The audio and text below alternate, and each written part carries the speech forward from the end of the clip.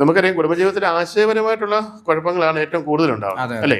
ഒരു ഭാര്യയും ഭർത്താവാണെങ്കിലും മക്കളും അച്ഛനമ്മമാരും ആണെങ്കിലും ഇവരുടെയൊക്കെ ഇടയിൽ ഉണ്ടാകുന്ന ഏറ്റവും പ്രധാനപ്പെട്ട വിഷയം എന്ന് പറയുന്നത് എപ്പോഴും ആശയപരമായിട്ടുള്ള പ്രശ്നമാണ്. അതുപോലെ കമ്മ്യൂണിക്കേഷൻ ഗ്യാപ്പ്, അതും ഒരു വലിയ വിഷയമാണ്.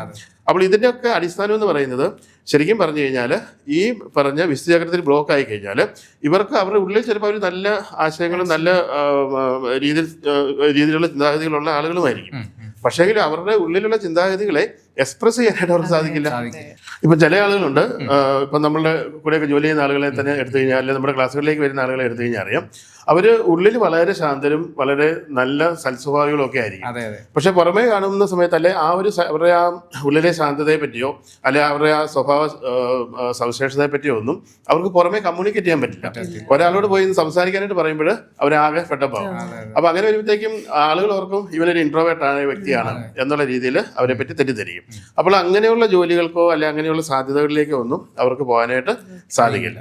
അപ്പോൾ നമ്മൾ വിശുദ്ധചക്രം എപ്പോഴും നമ്മൾ ആക്ടിവേറ്റ് ചെയ്ത് വെച്ചെങ്കിൽ മാത്രമേ നമുക്ക് ശരിയായ രീതിയിലുള്ള കമ്മ്യൂണിക്കേഷൻ സാധ്യമാകൂ.